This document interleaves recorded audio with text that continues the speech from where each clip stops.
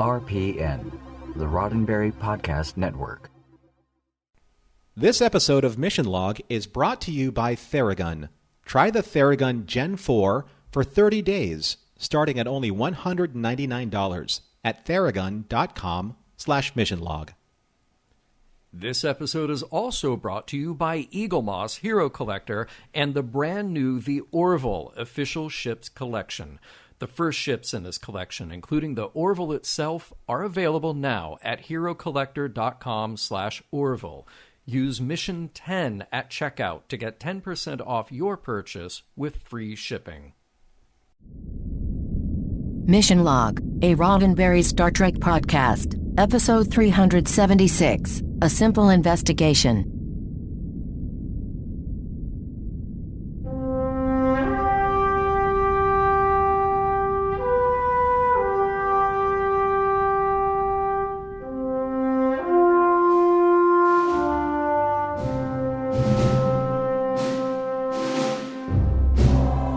Welcome into another episode of Mission Log, a Roddenberry Star Trek podcast. I'm Norman Lau. And I'm John Champion. Each and every week on Mission Log, we plumb the emotional depths of Star Trek and bare our souls to the morals, meanings, and messages there within. This week, A Simple Investigation, which is neither simple nor completely focused on an investigation. Discuss. Well, that's exactly what we'll be doing after the usual trivia and a word from our sponsor. But before that, why don't you tell people how to get in touch with us? Mission Log relies on your participation, so that's why we want to hear from you. Help us spread the word by giving us a like or a share on Facebook or Twitter, where you'll find us at Mission Log Pod. Tell others about us there, and if you're inclined to leave us a review at Apple Podcasts, we'll be grateful, and we'll share those in a future supplemental. You can reach us on Skype at Mission Log Pod or by calling 323-522-5641. Our email address is missionlog@roddenberry.com. And remember, we may use your comments on an upcoming episode of Mission Log. Hey, Norman, before we get to the Trek talk, how about a little Orville talk? I know, a little weird, a little strange for us, but bear with us, because sitting on my desk right now is the shuttle from the Orville, the ECV 1971-1. Now, of course, this collection is developed in partnership with and based on Seth MacFarlane's hit science fiction comedy drama, The Ships of the brand new The Orville Official Ships Collection, available only from Eaglemoss Hero Collector. So the first ships in the collection, the Planetary Union ship, the USS Orville, that would be the ECV-197. Its shuttle, the one sitting here, the ECV-197-1, are available right now directly from the Eaglemoss shop for only $29.95 each with free shipping. There's even an oversized XL edition of the Orville available for only $74.95. No matter which one you choose, or choose both, use our code MISSION10 at checkout and get 10% off your entire purchase. You know, John, I don't know if our listeners know this, but I'm a big fan of the Orville. And when that show first came out, I was poring over every possible screenshot that I could find on the internet about that ship. And I had a huge... You're like a Ben Robinson in that respect. Oh, I'm not nearly as knowledgeable. Not nearly as knowledgeable, or as precise in detail. But what I do know is that the ships, these three offering, the XL, the standard size, and the shuttle, are impeccably accurate because they're based on a careful study of the models created for the use in the series. Much like all of the other Eaglemoss ships, these are highly detailed ships made of the same die-cast metal, same high-quality ABS materials, then hand-painted for accuracy. Stunning, crystal clear, very sharp accuracy. Each ship, much like the other Eaglemoss models, come with a display base, a collector's magazine filled with the concept art, which I love reading. I love reading concept art. Interviews and behind-the-scenes details of the Orville TV series. And additional ships are slated to join the collection soon, but these are the ones you want to get while you can. And if I may interject once more, John, I am putting it out there to the people who are in charge. Please release Krill ships and Kalon ships. All right. Everybody has their fingers crossed for you, Norman. Thank you. For you. Now, full details on the collection, including comprehensive views of each ship and ordering information, can be found at herocollector.com/Orville. Remember, use our code MISSION10, that's Mission, MISSION, and the number 10 at checkout to get 10% off your entire purchase. So I know that we had a nice ad with the Orville, and I was a little verklempt that we weren't talking about trivia. So here's John, champion with this week's trivia discuss. Here we go.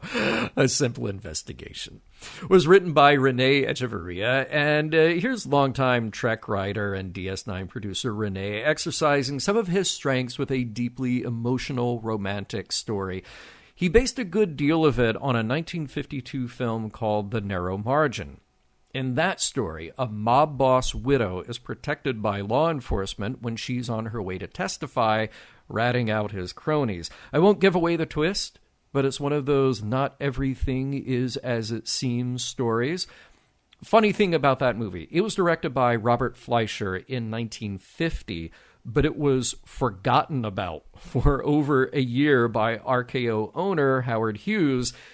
It was not a big budget picture by any stretch, but it went on to be the biggest earning release for RKO in 1952 when it finally came out. Fleischer would go on to helm some truly big movies like Disney's 20,000 Leagues Under the Sea in 1954, Fantastic Voyage in 1966, and Tora Tora Tora in 1970. This episode was directed by John Kretschmer, a new name for us here.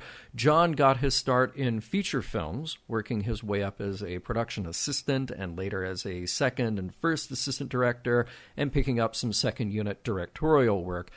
As a director, he gets his start in the 90s immediately with a heavy dose of genre TV shows, Sequest 2032, Buffy, Lois and Clark, Xena, and more. Star Trek seemed all but inevitable. This is the first of 2 episodes of DS9 for him, and then he will helm 2 episodes of Voyager. Hey, does everybody remember Our Man Bashir? Well, I certainly do, being the 60s spy aficionado that I am, and I know you are too, Norman. The producers loved doing that episode and had planned for more, but the real-world producers of the James Bond films rained on that parade. The little nod that we get here is the only on-screen return that we will get again on DS9. Now let's talk about guest stars. We have a couple of alien assassins, Trady and Sorm, who are played by John Durbin and Nicholas Worth, respectively. Might be kind of hard to tell under all the makeup, but John is an actor we've seen a few times before. Oh, sure, one of his earliest roles was in Dan O'Bannon's 1985 The Return of the Living Dead, but just a few years later, he would turn up on Star Trek The Next Generation no fewer than 3 times. First under heavy makeup as a reptilian Sile, and then later under heavy Cardassian makeup as Gul Lemek in Chain of Command Parts 1 and 2. This is his only DS9 appearance, but we will see him again as yet another alien in Voyager. Nicholas made quite a career for himself, usually playing the heavy in a number of TV and film roles. He's prominent in Darkman, No Way Out, and Swamp Thing, to name a few. But he dipped into comedy every now and then, like with multiple appearances on Night Court in the 80s and early 90s. He played a Lesepian in the first season DS9 episode Progress, and we will see him as a different sort of bad guy in 2 Voyager episodes. We lost Nicholas in 2007 at the age of 69. The mystery of this episode centers around a character named Arissa, played by Dae Young. We're welcoming back another Star Trek guest star here with Dae, who appeared in the Next Generation Season 5 episode, The Masterpiece Society. You may remember she was the only member of the genetically exceptional colony that was allowed to visit the Enterprise. Dae's career goes back to a debut on-screen credit in the 1979 cult classic Rock and Roll High School. From there, a number of TV guest roles followed, and feature films like her memorable moment as the snooty saleswoman in Pretty Woman or as the waitress in Spaceballs. We will see Day again for a return guest star role on Voyager.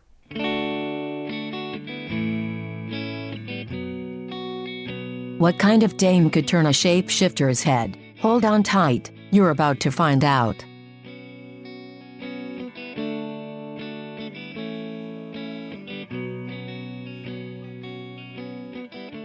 Prologue. A room somewhere on DS9. An Adanian man is greeted by two brutish aliens who demand to know where it is. But the Adanian says he doesn't know, only they don't believe him, and things get violent. When the Adanian reaches for his weapon, one of the aliens shoots first, vaporizing the poor fellow. Only residue is left on the carpet, and the aliens remark to each other that they'll have to wait for the woman to find whatever it is. At the same time, Dr. Bashir is greeting his friends at Quark's bar. He's excited about the new holosuite program he's just received and can't wait to play. Dax will play an assassin, Chief O'Brien will play Falcon, the Heavy, again, and Odo will play a former agent who actually gets the girl, and the prospect of that makes Odo get cold feet. As he tries to make his way out of the bar, he stops a moment to shoo Quark away from harassing a customer. She's there waiting for someone, though she doesn't say whom, and for a moment mistakes the constable's interest for something more familiar. He's tripped up a little when she mentions his bedroom eyes and bumbles his way out the door back to his office. Act 1. The woman from Quark's is still on Odo's mind. He won't admit it, but the next day, Kira can tell he's thinking about her, and sure enough, that mystery woman, Orissa, is now in Odo's office after having been caught snooping around in a station computer. Her friend didn't show up, so she wants to see the manifest of people coming and going. Cleverly, she has a data port embedded in her neck, but Odo's security protocols gave her a surprise when she tried to interface. So what's she up to? She was looking for Tovid Rem, an Adanian who, in her words, helps find people who are hard to track down. In her case, she needs help finding the daughter she gave up 15 years ago. Off she and Odo go to Tovid Rem's quarters, where they find nothing, except for a nasty stain on the carpet that definitely used to be a guy. Act 2. Orissa says she doesn't know why someone would kill Tovid Rem, but tells Odo it probably doesn't have anything to do with the search for her daughter. She'll carry on, and her next stop is another of DS9's computer terminals, where she does what Odo does not want her to do, namely hook up her data port to find more information on Tovid Rem.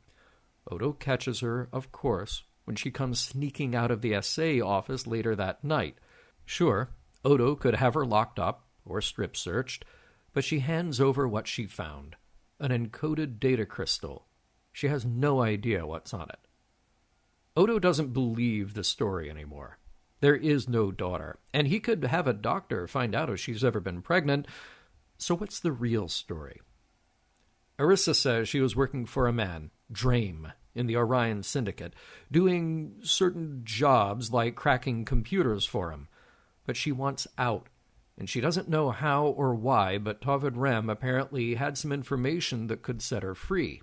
Only now with him gone, it's very likely that whoever killed him wants what's on that data crystal and wants Orissa dead too, all to protect Drame. Odo will help in any way he can, first by allowing Orissa to view security footage and see if anyone on the station looks familiar. He'll also have her in protective custody, all out of the goodness of his heart, which surprises and even charms Orissa. Hiding away in a cargo hold now are the two assassins, staying out of sight and plotting their next move to get the data crystal and kill Orissa.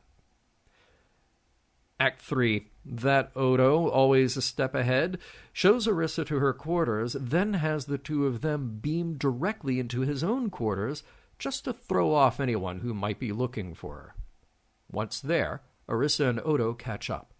Tovid Rem wasn't his real name. He was an operative who used fake identities to go about his work, whatever that was.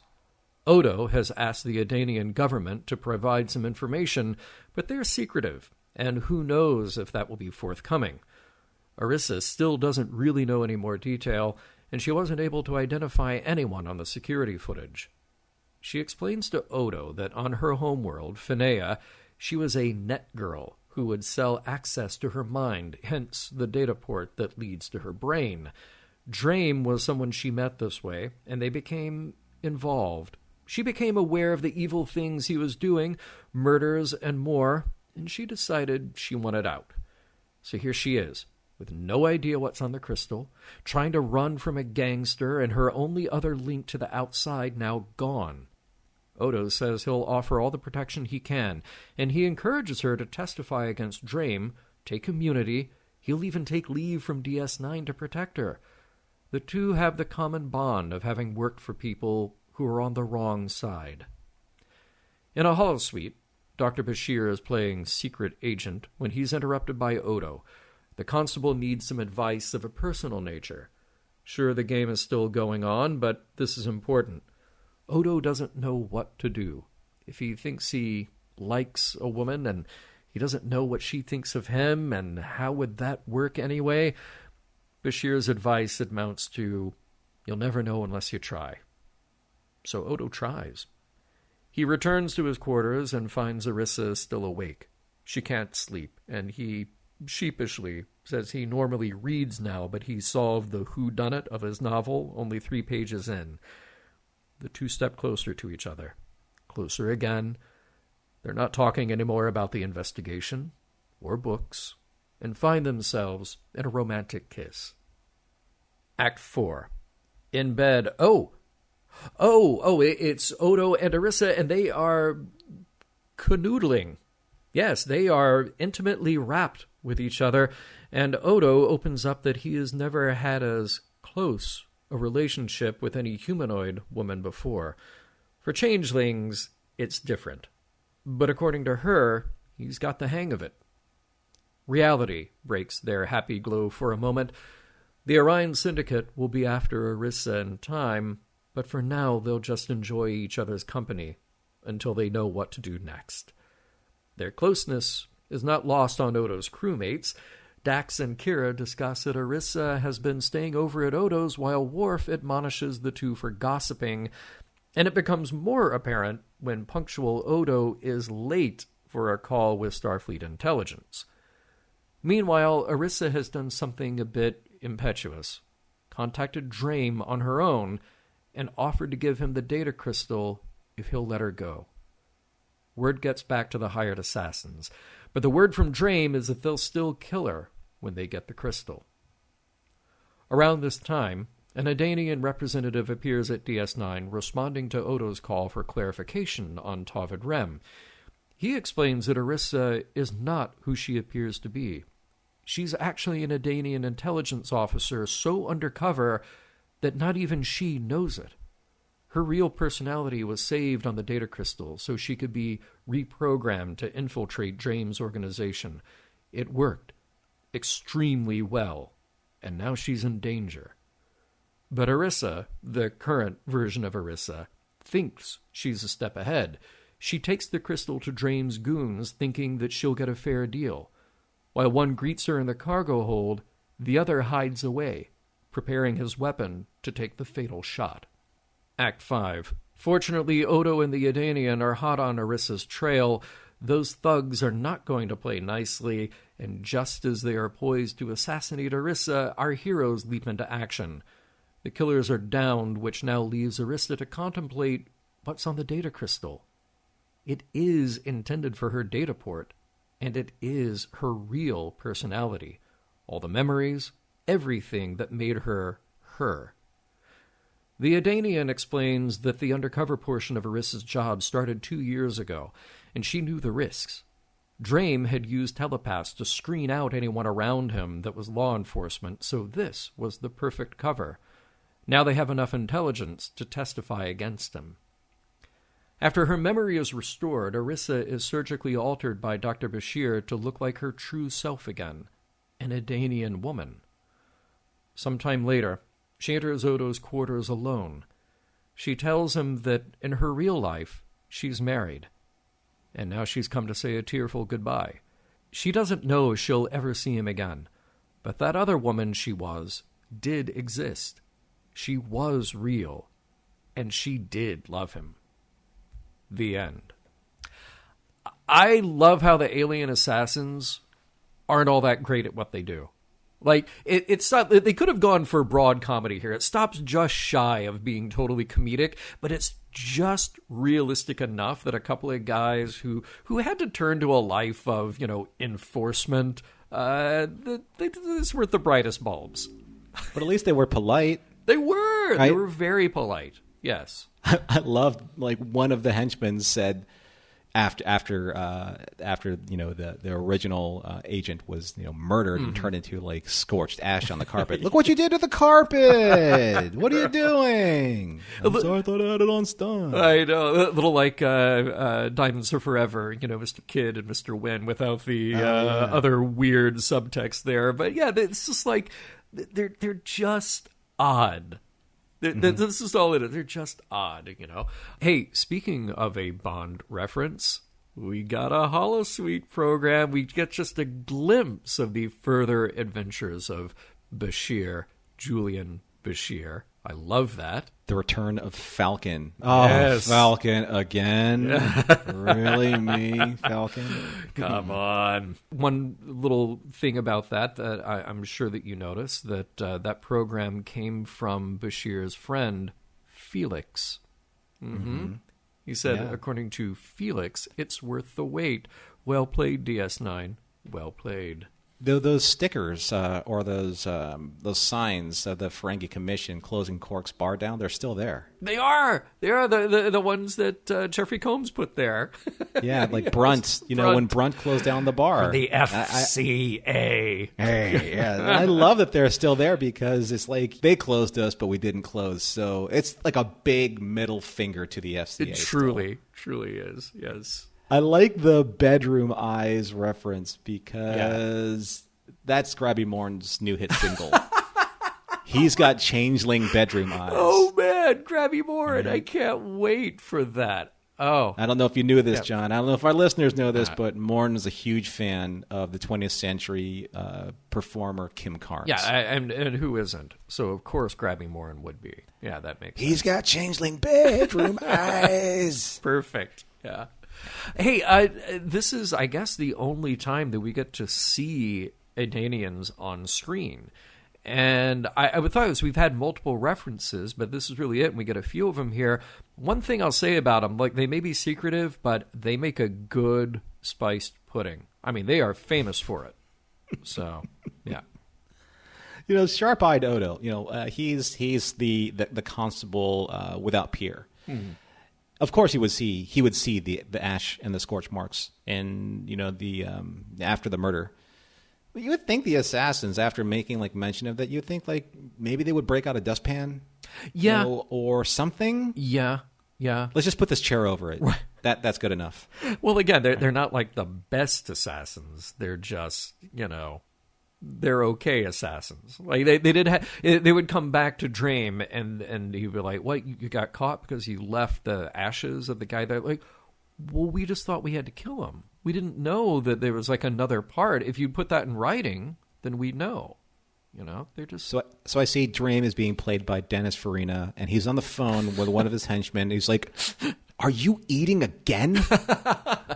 Aspirat again?" Yeah. No, I'm not eating, I swear. I love it. Exactly. Hey, I want to go back to the Holosuite thing again because it occurs to me, we've seen so much fun on the holodeck on TNG and the Holosuite on DS9, and I always think about it as like D&D. There they are. They're talking about who their characters are, and then sort of the parameters of the game are set up around them. But there's a lot of room for creativity and interpretation and personality in there. But it's only as good as the creativity and the dedication of the people who are playing it. Like, what if, okay, so O'Brien, he's a fun guy. He can bring something to it. Sure, Dax, Dax has lived multiple lifetimes. She's got all kinds of interesting aspects to bring to a game, and she's just fun, right? But, like, what if your friends are terrible at being in a holodeck game with you? Would you just be like, no, like, guys, I'm going to do this one on my own. I'll let the computer come up with, just computer players for me because, frankly, Odo, you weren't that much fun last time we did it, That's why our man Bashir was so good, is because they kind of like weren't forced in those personalities. They became those personalities. And, it's basically kind of, taking any party of friends to an escape room or improv, or karaoke. There's always going to be those who really embrace it, maybe too much, like Dax would. Yes. Or someone who is just going along to get along. Yeah. They'll do the bare minimum, and it kind of drives down like the whole class average, if you will. Yeah. Those people stop getting invited. That's what I'm saying, Oh, interesting little bit of sci-fi here that, Orissa has this data port built into her neck, and Odo just happens to have designed the interfaces on his security computers to give a shock to someone who might tamper with them. Now, that was a pretty direct, like, oh, okay, this is a type of interface. It's going to connect here, so we'll put a security feature on there. But I was thinking, DS9 is a place that multiple species of aliens, all with different technologies, show up on a day-to-day basis. It must be very difficult in the future to design a security system against any number of alien techniques that you may not even know about. Like, you may not, this alien can turn itself into a gas and just squeeze itself into a computer and make a duplicate of the logic board of that system. Guess you didn't come up with a way to fight that one, Odo, because who would have guessed that that's a thing that can happen? Well, I don't know if you know this, John. This is something that's pretty deep trivia about Odo, but his full name is Odo McAfee Norton. So good. He really does know. He came from a long line of antivirus and anti-spyware developers back in the 20th century. So that makes sense then. Total sense. Yeah. All right. Got it. But I do like the data port technology. I thought that was neat. Mm-hmm. I thought it was neat that Orissa didn't have to use like a cable or like press her own neck up against the data port on the wall. And we've kind of poked fun at how, in 1997, 1998, that the technology of today is leapfrogging like the technology of the 24th century. But in this case, though, I thought that was a little like future-proofed. The data port was a little future-proofed because you don't really do that today. You don't really have that kind of immediate access with, cordless. I mean, I know you have Bluetooth. Yeah, don't get me wrong, folks. Sure. I know how the work. I know how the Bluetooths and all that stuff work out there. But it was still a little bit more advanced, than that like the pads or the isolinear rods. Yeah, that they've already been, they've already jumped the technology in modern time. Right. It was a good thing, and you sort of think then, like, why don't we see more of that on Star Trek, where people might have a direct physical connection, like an implant or something like that? Oh, because the Borg are terrifying. That's why. Yeah. By the way, I don't know if like this happened after like my second or third viewing, but when Odo and Orissa are talking about this, I think the foreplay started far earlier than the bedroom scene to me. Oh yeah, for sure. And nicely done that there is a subtle and gradual build to that. So when you land at that, it's not like it's out of nowhere. But yeah, right. I totally get that. Sparks did fly. They did. Now, it's interesting, though, with Odo, and speaking of, sort of maybe going easy on her, trying to figure her out as a person before just treating her like the object of an investigation, he actually says to her, well, considering you weren't able to access any secured information, I've decided to drop the charges. So this is definitely, I'm going to say, out of step for Odo, deciding that a crime wasn't committed since the person attempting the crime wasn't successful. It's like, I think the crime here is attempting to break into the security computer, not oh, well, you didn't get what you were after. So you tried to break into the bank, but you didn't actually get any money. So we're not going to press charges. I guess attempted no longer matters anymore in Odo's estimation, right? Not when it comes to her. You didn't murder anyone. You didn't. You attempted to, but you didn't. So yeah. Okay, I'll okay. The bedroom eyes. You used it again. I'm good with that. I'm good with that. Exactly.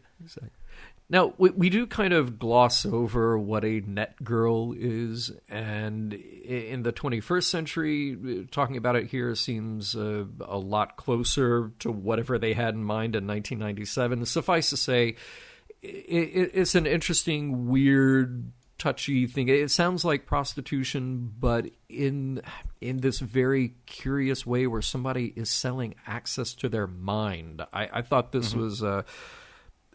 like, for that to be such a short part of dialogue, this is something that's a bit disturbing and profoundly interesting about how we would see the value of something like that in the future. Well, I mean, let's see. In the late 1970s, it was with Kai Wynn, our very own Louise Fletcher. That was Brainstorm. Oh yeah, wasn't it? Yeah. Where they were harnessing 80s, organic memories, yeah. Early 80s. Right. And, the NetGirl reference I really did like, and it made my ears perk up a bit because I was a huge fan of, like, the rise of kind of like the cyberpunk type of fandoms that were going on in the late 1990s. So, say, William Shatner's Tech War, that was 1994. And that was all about kind of like cyberpunk, hacking, all that kind of stuff. Yeah. Then you had William Gibson's Johnny Mnemonic that was Keanu Reeves' film in 1995. You had Hackers with Angelina Jolie in 1995. You had Sneakers with Robert Redford and Ben Kingsley in 1992. Yeah. And all this kind of comes from kind of like the wetware technology and cyberjacking that William Gibson introduced in Neuromancer. Yes. I was thinking about that. Yeah. Neuromancer, Mona Lisa Overdrive, and Count Zero.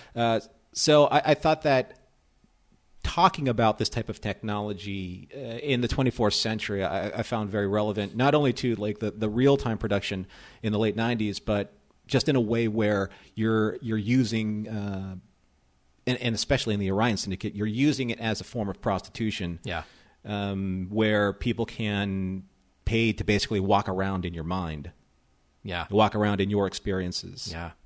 Yeah. And to use that as their version of almost like an underground or like a dark web holodeck. Right. But it's so interesting that the value is on the actual, like, that shared experience. It's just, for something to be so short in here, it seems perfectly reasonable that Renee would have been well aware of Gibson or Philip K. Dick or whomever, and you kind of drop this in there, but you just go like, oh, wow, this is a whole other disturbing thing that we're just barely touching on in this expanded world of DS9. Speaking of walking into other people's experiences, in the holosuite, Bashir is in the limo with the girl, and Odo just walks right in. Like, what did that look like from the outside? Because this was a very clever thing. Bashir is in a moving car. He has to tell the driver after the fact, driver, stop the car. But Odo's just standing outside that car.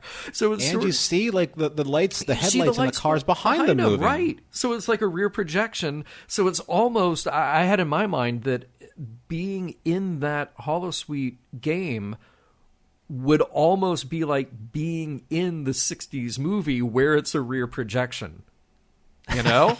like the total meta experience, you know? So you're waiting like an airplane, you're waiting for like the cowboys and Indians, the locomotive. Yes. Like those screens to get changed out. Yes, 100%. Yeah. John, I thought of you immediately. There are certain things when I see now in certain episodes, we're at that stage in our podcast relationship now where things remind me of you. Yep. It's the Hasperat. Oh. When I saw the Hasperat again, I'm like, are these turkey wraps? Did John see this? Turkey wrap all over it. Yeah.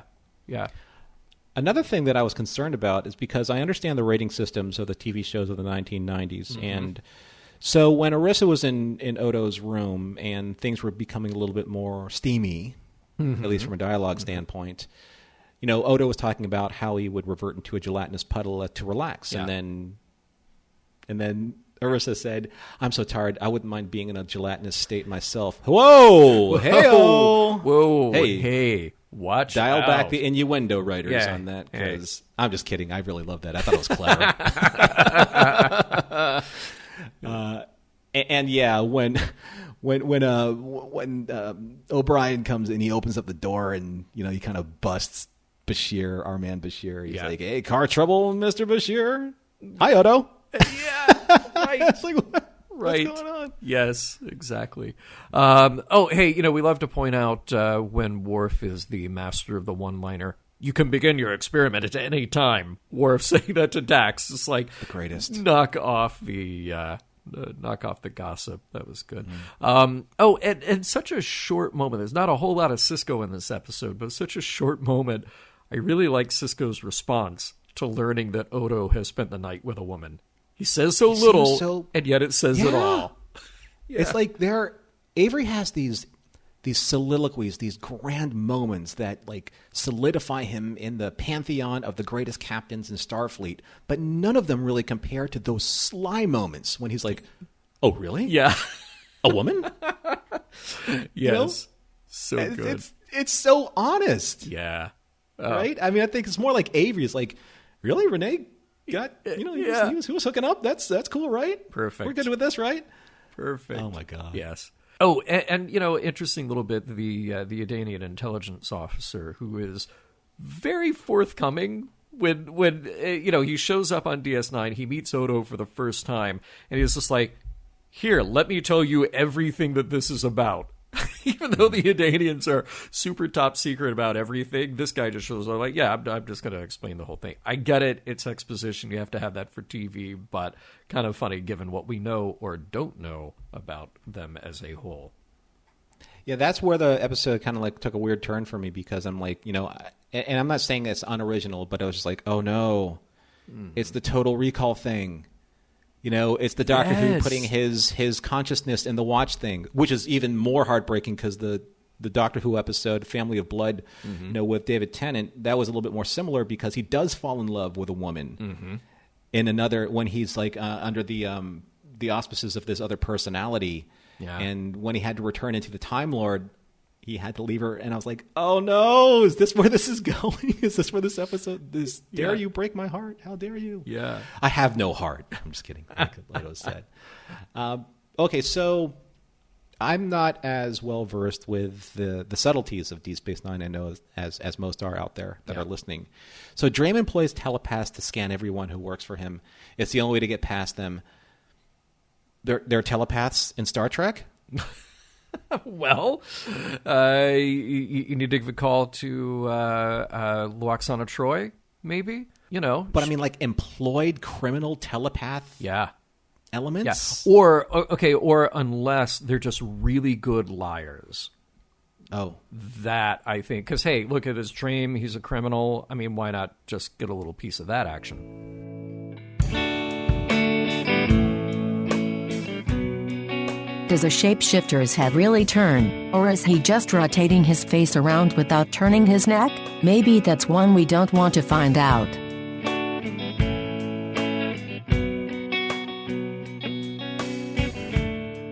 We'll investigate a simple investigation in a moment, but first, a word from one of our sponsors, Theragun. Norman, we need to talk about stress for a moment here. Stress, it's everything that happens in daily life. It might be work, it might be personal, it might be from exercise. There are stresses that we carry with us no matter what. And whether you're an elite athlete or just a regular person, like me, I would count myself among the regular people, to get through the day, you experience muscle pain and muscle tension. That is a really real thing. So that's why I've started using Theragun. And this is a handheld percussive therapy device that really gets into your deepest muscle tension by using a scientifically calibrated combination of depth, speed, and power. And for a thing to be as powerful as it is, actually pretty quiet in the process too. So this is the all-new Generation 4 Theragun. It has a proprietary brushless motor that's so quiet you'll wonder if it's on. while you soothe your aching muscles with Theragun's signature power, amplitude, and effectiveness. Now, I have a job that requires me to be in front of a computer a lot. And quite frankly, that is not great for me. I find that I carry a lot of tension in my back, in my neck, in my shoulders. And in a very short period of time, just a few minutes, I can use Theragun and really feel it working, really feeling it give a bit of a workover to those muscles that are feeling stressed and sore and tired. It's incredibly refreshing. Now, I'm sure, John, in your experience with using something like this, I'm sure that there is a manual or maybe some hints or tips or tricks that they'll tell you so that you can use it effectively. So that is one of the coolest things about it, is that you can get started very easily. You can literally just turn it on, change the speed, and see what works best for you. But what's awesome is that they have an app. You can download the TheraBody app, and it will pinpoint, which is so awesome. They'll say, like, hey, are you getting ready to go exercise? Or have you just come back from exercise? Or is this just a daily relaxation routine? You can pick the type of work that you need through the app, and it will guide you through those best practices in using the Theragun. You know, John, with so many of us now spending more time in front of the computer where it's compacting our skeletal system, especially our backs are tensing up, our necks are tensing up, and in the state of the way that the affairs of the world are happening, we are carrying a lot of stress in so many different ways and forms and in different parts of our bodies we probably don't even realize. So I'm glad that there's an opportunity for people to be able to use therapy like this. So try Theragun for 30 days. There's no substitute for the Theragun Gen 4 with an OLED screen, personalized Theragun app, and the quiet power you need, starting at only $199. So go to Theragun.com/missionlog right now and get your Gen 4 Theragun today. That's Theragun.com/missionlog. Theragun.com/missionlog. All right, Norman. So approaching this episode, you know, I feel like it's one of those where we could pick any number of angles and do such a deep dive just on one or two of those, and we still would have left out a lot because there's a lot going on here. But I do want to start out by saying that for as many times as I've criticized Star Trek for its seeming inability to dig really deeply into a romantic plotline or sexual relationships, adult relationships, this episode really breaks that streak. You know, even with Next Gen, there was always sort of this, like, will they, won't they with Deanna and Riker, and what do they really mean to each other, and are we pushing the envelope a little bit with them at all? But I really want to applaud this episode for just going there. And not only going there with something that is adult and sophisticated, but going there with a character who seems so unlikely and yet so completely perfect for this kind of exploration.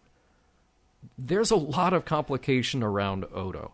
He's carrying a lot of baggage with him. And even though he, of course, is the guy who says, like, oh, you know, I don't get you humanoids with your romance and your feelings and all, we know that he's got some feelings that run deep. And we know that there are desires that he has that he simply doesn't know how to process.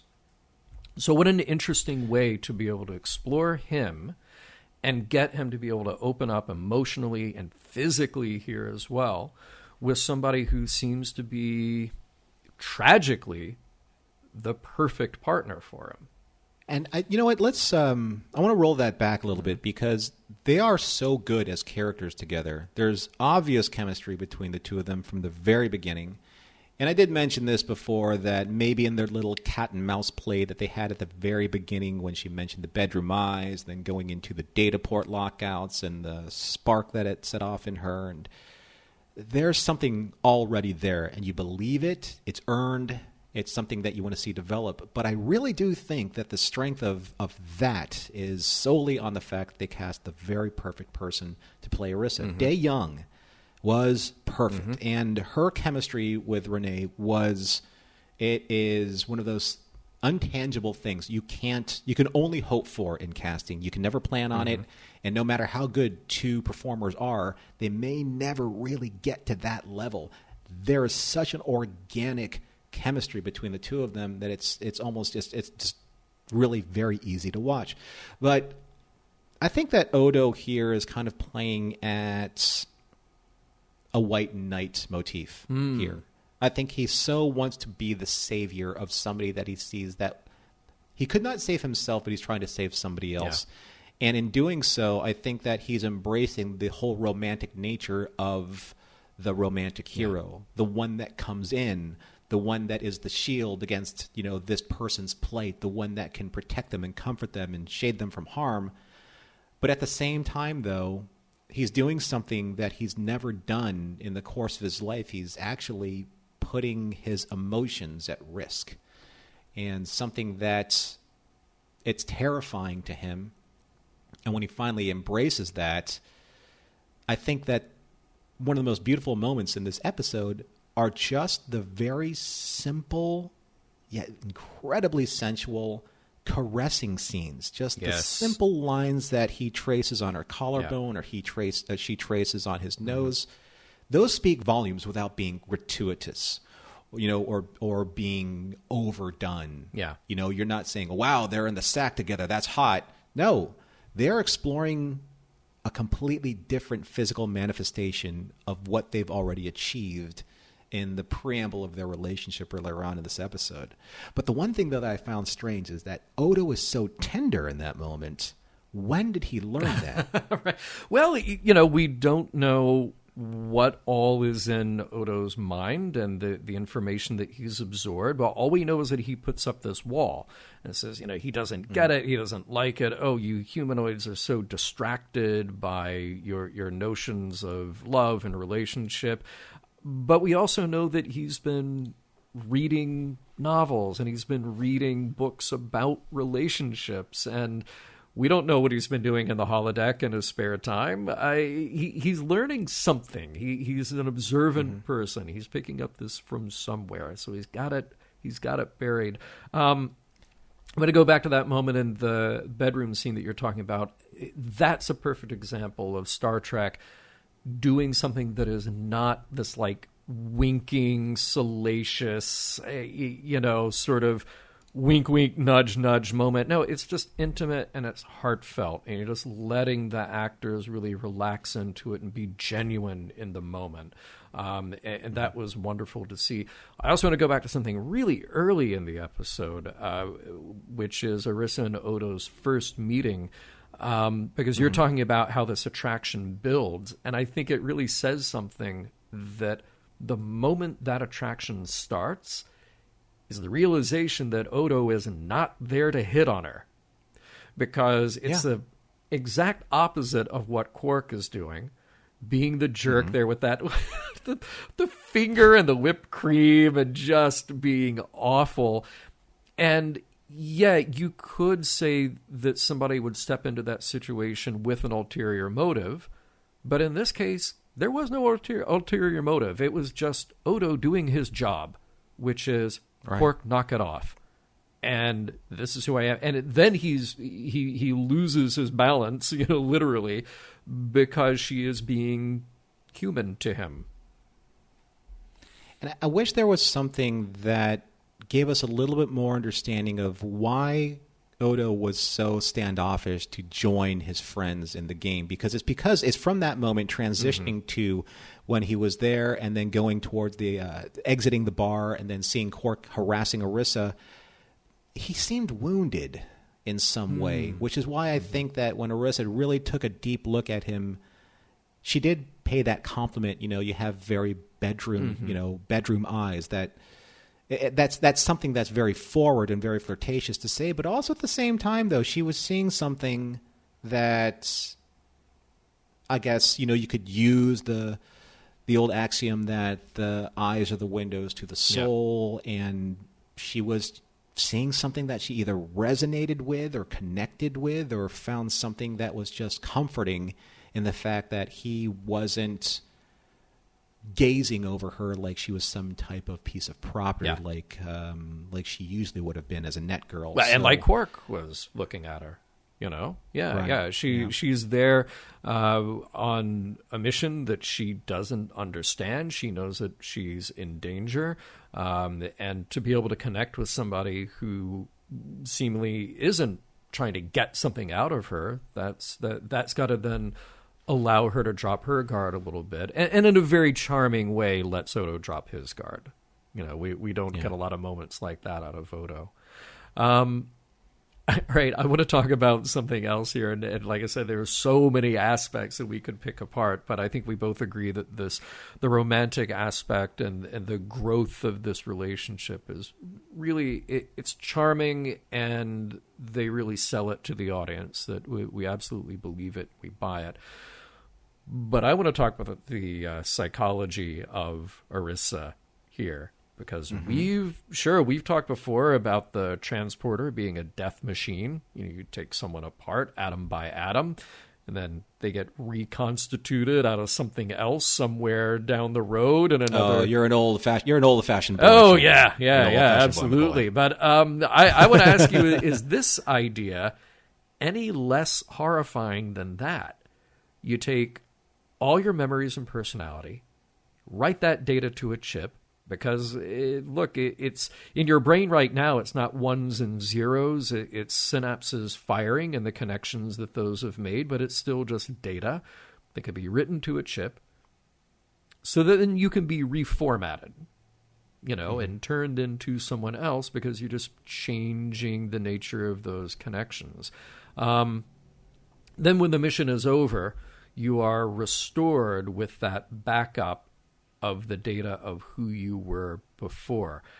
So first of all, from the existential scare of this, I hate to break it to us all, but we're just a collection of data. We're just the collection of data that's between our ears, and that can be rewritten. It changes over time. It is very malleable. Now, we're not writing it to an external source at this point and then overwriting from that external source, but those connections get rewritten all the time. Every time you call up a memory, you're rewriting that information every time. So Orissa here, who is the real Orissa at that point? For 2 years, this Orissa has had experiences.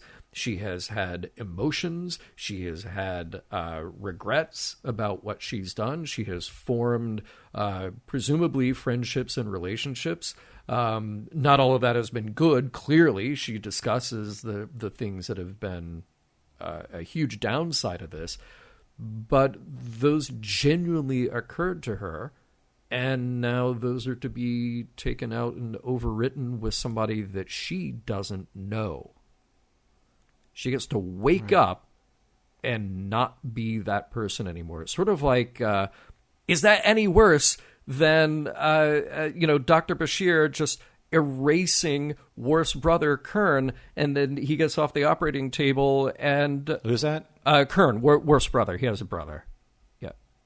He has a brother? Yeah, he has... Yeah, he has a brother. Yeah. Oh. We didn't talk about him a lot. No, we don't. Or his son. He has a son? Antoine, Aloysius. I don't know. Go to Memory Alpha. It's got to be there somewhere. Yeah. He has a far larger family than I thought. Wow. So what do you think? Larger family than he thinks. So what do you think? Who is Orissa here? And do we have the right then to just take out the last 2 years of experience and say, too bad, when you wake up, you will not be you anymore. You won't even remember that this happened, because you that just experienced this and went through this relationship with Odo, which seems to make you pretty happy, is going to be gone. Okay, before I answer that, then, I seem maybe a little confused about the ending, because is that Orissa before she becomes reprogrammed? Or did she amalgamate her memories after the reprogramming? Because she still knows Odo. She still knows Odo. She knows that something happened there, clearly, but she's referring to the part of her that loved him as somebody else. Like she keeps referring to that woman in the third person. So it's almost like it's a ghost memory that she can see but not really access anymore. It's like you can see files that were deleted, but you can't access them anymore. That's a really difficult question. This is the type of question that we love being able to present in a discussion like this, because I think that this is like one of those Star Trek is at its best moments when you ask these kind of questions. What happens to her if she's no longer her? I guess it really depends on the perspective of her, right? Yeah. Because to Odo, she still exists. Even if in a memory, it's not a memory of the Arissa that has returned. It's the memory of the Arissa that he fell in love with. Right. And in all relationships, we are doomed to either be the person who loses somebody or is the reason for someone to have lost somebody. Meaning that we're either in the relationship, out of the relationship, or for some odd reason we have, passed away and leaving somebody with the memories of that relationship. And I think that that's where we are with this moment, is that when the Arissa that Odo knew was rewritten, the Arissa that Odo was in love with died. Yeah. And that, I think, is what he was so terrified about when Bashir told him that, you know what? You'll never understand what it means to truly love somebody unless you put it all at risk. Unless you put it all on the line, because that is what it means to be in love. Mm-hmm. That is what it means to put somebody else's life before your own. Mm-hmm. And I think that unless he didn't understand what that meant, he wouldn't have been as heartbroken at the end as he was, because even for the briefest moment, he understood what that meant. And it's completely genuine. There's no question about it. Completely genuine and completely earned. Yeah. But I mean, does the current Arissa have any say in what happens to her? If somebody says like, hey, we're going to quote unquote restore you, and by the way, you probably won't have this relationship with this person that now you've fallen in love with. Sure, the dream thing will be gone. You don't have to worry about that anymore. You're not a net girl anymore. Like all those things. Mm-hmm. But you also have to give up this. That's a tough pill to swallow. Well, let's take a look at it from our favorite genre, the spy genre, right? And when a spy is in a deep cover mission, no matter how deep his feelings are for any of the assets that he has come into contact with, let's say, for instance, Diana Rigg's character, Iris, or is it Iris Bond? Was it? In On Her Majesty's Secret Service? Tracy. Yeah. I'm sorry, Tracy Bond. I don't know where Iris Bond came from. But Tracy. Mm-hmm. So she was just supposed to be an asset for him to work with originally. And then he ended up falling in love. And then what happened? She ended up being, spoiler alert, folks, she was murdered at the end. But originally, she was the asset, right? And that's what a spy does. And he has to move on because his mission wasn't to fall in love. His mission was to stop Blofeld. Yeah. So part of that mission encompasses everything that happens within its dossier. And once that mission is over, the dossier is closed and you separate yourself from what happened. I think that's what is Arissa's, basically her fate here, is that whatever happened between when we implanted this new memory and when we restored your new memory, that's just part of the job. Yeah. Well, I hate to say it coldly like that, but that's kind of true. The original Arissa would understand that. The Arissa who's experiencing it now and falling in love with Odo and being, hunted down by Jane's goons would have a tough time believing that. Because it is the total recall thing. It's like, oh, by the way, you're a spy in a deep undercover mission. What? Right. You are not you. You're me. Yes. Perfect. Yes. But that's the thing, is that the Arissa that Odo fell in love with doesn't have the type of emotional compartmentalization and training that Agent Orissa does. So she is just a very normal and somewhat helpless person in this situation. So of course she wouldn't understand that. That's not the person she is. That's the deep cover implant that Odo fell in love with. But at the same time, though, is it any different than Riker losing Minuet? Minuet to him was real. And he fell in love with her. And then that problem happened. Something happened to the holodeck. And then the new version of Minuet was reprogrammed and didn't have the same connection to Riker that his Minuet did. Yeah. So I find that similar in this case, because what you're doing is that you're losing that particular connection that you had. But how do you move forward from this? How do you resolve emotionally being able to get past that, knowing that there was something, the most special something in your life that you'll never have again? But doesn't that make it the reason why it's special? See, and that is truly the heart of the episode, because regardless of the sci-fi trappings, regardless of, reprogramming a mind or whatever, that is the just infinitely relatable human part of this episode. And it's also, say for instance, the Inner Light, right? The Picard that returned after the mission on the probe is done. That's not the Picard that he remembers. That Picard, he remembers the flute. He remembers that life.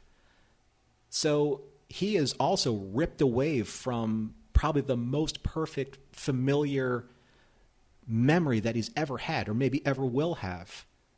So where does that leave the Picard that's still living that normal life now? Right. It's really hard to try and quantify that, because it's almost impossible to quantify that kind of in depth of emotion. Yeah.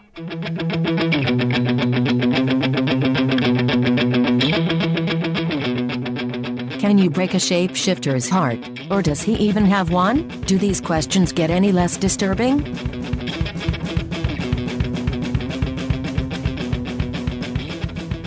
So we are at the end, or maybe perhaps it is the beginning, of a very emotional roller coaster that was a simple investigation. So at the end of Mission Log, as we traditionally do, we'll take a look at what we've discussed and discuss the morals, meanings, and messages of this episode and see if it does indeed withstand the test of time. So first up is Mr. John Champion. We've deliberated, we've verklempt in some sense. How does this episode hold up for you? And then later on we'll discuss your morals, meanings, and messages. This episode will make you a little verklempt, I think, if you have a heart. I was interested to read that the writers regretted that they didn't do this story when Odo was, just, quote unquote, just a humanoid and without his changeling powers. And I get that. I get that would be an interesting way to go about his emotional life. But at the same time, I feel like he needed to have this growth no matter what. He can't just always be the dark, brooding, with the walls up emotionally character that he is. So I'm glad that they settled on the story that they did and really pulled no punches with it or with him. And I'm also glad that we don't see him transform here. So there's that brief, very subtle moment in bed, but we don't have him turn into a Tarkalian hawk. We get that bit at the end after we've gone through, the majority of his relationship with Orissa. We get that at the end where he, saves the day, helps to save the day. I feel like if we had had any of that throughout the growth of the relationship, it would have distracted from the emotional story that they were telling. So I think they made wise choices on where they left that stuff in the script. I also think, to echo what you were saying earlier, Norman, Dae Young is fantastic in this. Doesn't take away from Renee. Look, Renee is always great, and he turns in a great performance here. But there is something about Dae Young on screen, her presence. Of course, she's beautiful, but she brings this intelligence and sophistication to her roles. And she also played vulnerability in this as well. It's easy to see why Odo would fall for her character, and it's easy for the audience to understand that there is way more with her than meets the eye. So they made good choices throughout. They made good choices on how they revealed pieces of the story, on allowing the actors to explore this and really show great chemistry and intimacy on screen. I thought it was just a series of good choices here, and I think the episode holds up incredibly well. But you don't always get to do a story like this on Star Trek. So I'm glad that when they did, it came after we've gotten to know Odo for a while. And, you know, I kind of, I was not too thrilled some episodes ago when I felt like we had to keep layering on about Odo's tragic past. That didn't necessarily give me much more to chew on with Odo. It's like I came from, 5 seasons of DS9 going, yeah, he's troubled and he did terrible things, and we get that. We know that. But now we get to have something in the present that informs and expands the character even more. So I'm grateful to see an episode like this, and I'm grateful to see Star Trek do something different with science fiction, but also with style, and tell this romantic, emotional story. So I think it's terrific. It definitely holds up for me. How about you? I mean, it's rare that you actually get to see a bedroom scene of this extent in Star Trek. Mm-hmm. And I know that, there's a family show, and I guess that for the late 90s, it's still fairly risque to have that kind of a open and sensual relationship being displayed on screen. But I think that that's where the strength of this episode, really hits its stride. And I've said this before on previous shows. I love it when, not just Deep Space Nine, but when science fiction and Star Trek in this case in general, I like quieter moments. I like more character introspective moments as, say, compared to the giant space battles, which I do love. They're great. Mm-hmm. Yeah. But these are the moments where you can really focus on the character growth and to learn more about characters that you are either learning to appreciate or love or want to see stretch or see challenged. And I really do think in this case that because they went so deep into the romantic relationship of this story, it takes what could have been a very common amnesiac, deep cover agent trope, which you see, like I said, in Total Recall, we saw that. I mentioned Doctor Who before, we saw that. There are various examples of that across fiction in general, but it's unique to this story because we're seeing how Odo emotionally grows from this and how it affects him, how it will affect him in the future, because it lends itself to more of the development of his character. And I think that it's a huge win, I think, for this story and for Deep Space Nine at this particular stage in season 5. But I'll tell you something, man. I got to be honest. The chemistry between Orissa and Odo is scorching. Even in its most subtle moments, just the byplay between the two of them, the cat and mouse chase, when he's trying to investigate her story and she's trying to basically counter-investigate him. It's the pauses in between their conversations that really speak volumes. And they're the same kind of pauses they have in the bedroom scene where they're just subtly studying each other in a different way. Mm-hmm.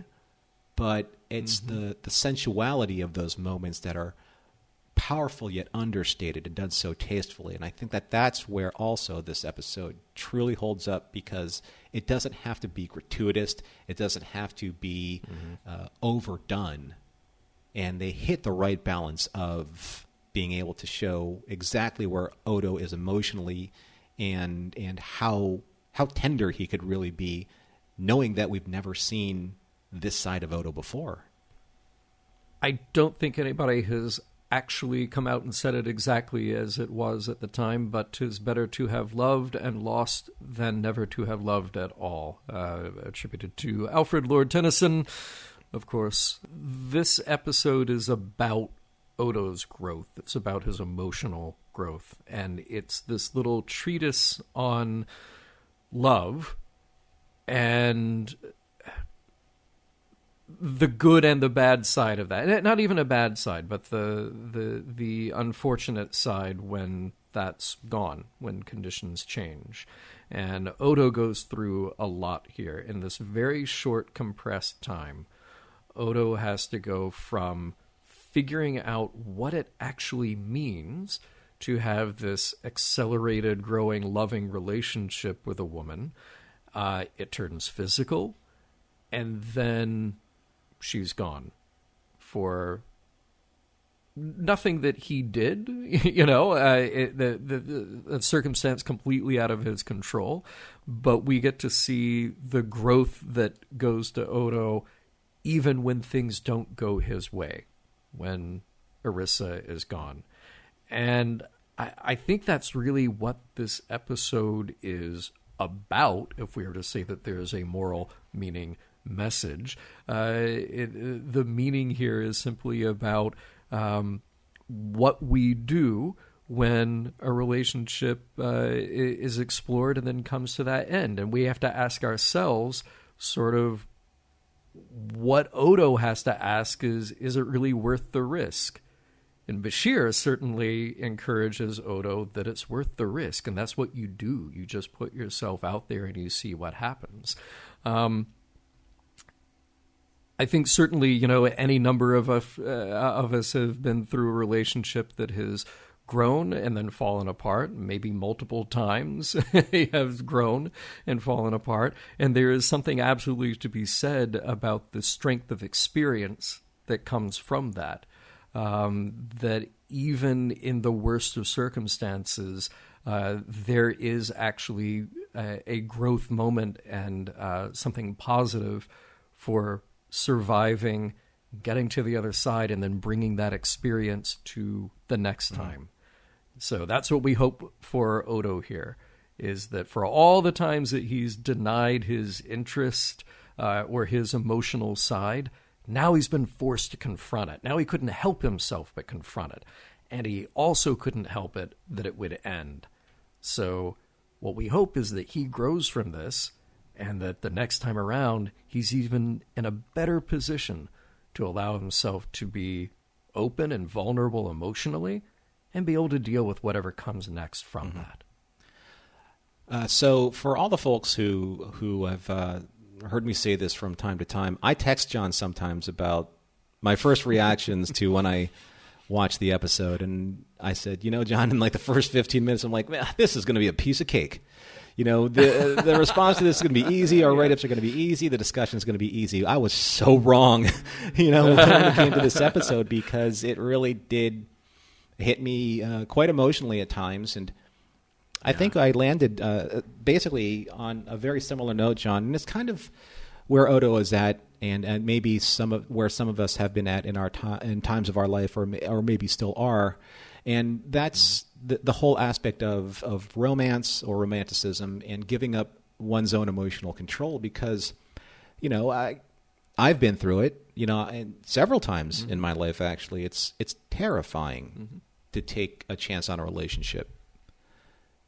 For many of us, it's literally the most extraordinary leap of faith that you can do, because you're essentially giving up to the biggest trust fall ever created. You have to let down every single wall that you've come to depend on in your life, because either from past relationships and you're trying to find a way to protect yourself from future heartbreak, or experiences that allow you to find more comfort in your own personal emotional defenses. And for Odo, think about it for Odo now. This is more unsettling to him, because at his core, he is about order and control of everything, including, especially himself. So I think that there's something that a lot of us maybe can project here, knowing that How many of us have taken ourselves out of control and putting ourselves in a relationship knowing that it's easier to be comfortable in a life that we can control than being part of that spinning out of control emotional state that we are during a relationship or even at the beginning of a relationship? What's better for us or what's worse? That's what Bashir is trying to get at with Odo when he said, like you said, John, it's sometimes it's better to risk it and to suffer the consequences, if any, than to not ever understand what that meant. But there also is the possibility of just crushing heartbreak. And we saw that in the end. But what if Odo never took that chance? Right? What if he never experienced that kind of happiness or love at all? So you don't have to be afraid of it. It may or may not happen. But to Odo, it was real. He fell in love with a woman who didn't exist, but she did. And loved him back. And still loves him in his own way, in his own mind. Mm-hmm. Mm-hmm. And if you would indulge me, and I would like to indulge the audience, one of my favorite songs is One Year of Love by Queen. And the only way that I can express how much I love this song is as performed by William Shatner.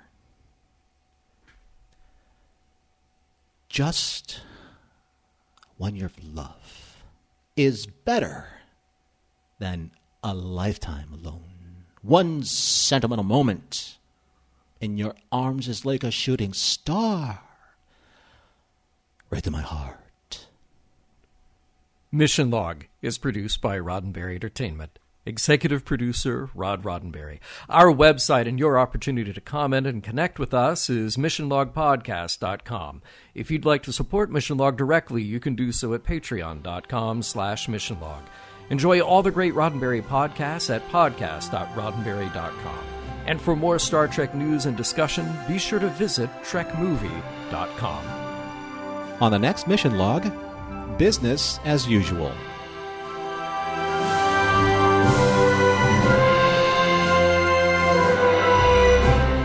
Some of the music for Mission Log provided by Warp 11, online at warp11.com.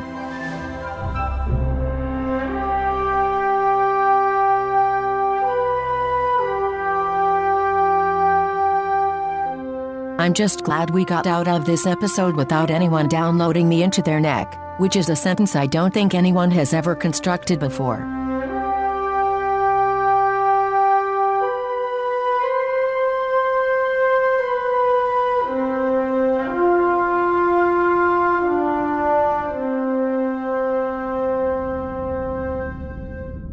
End transmission.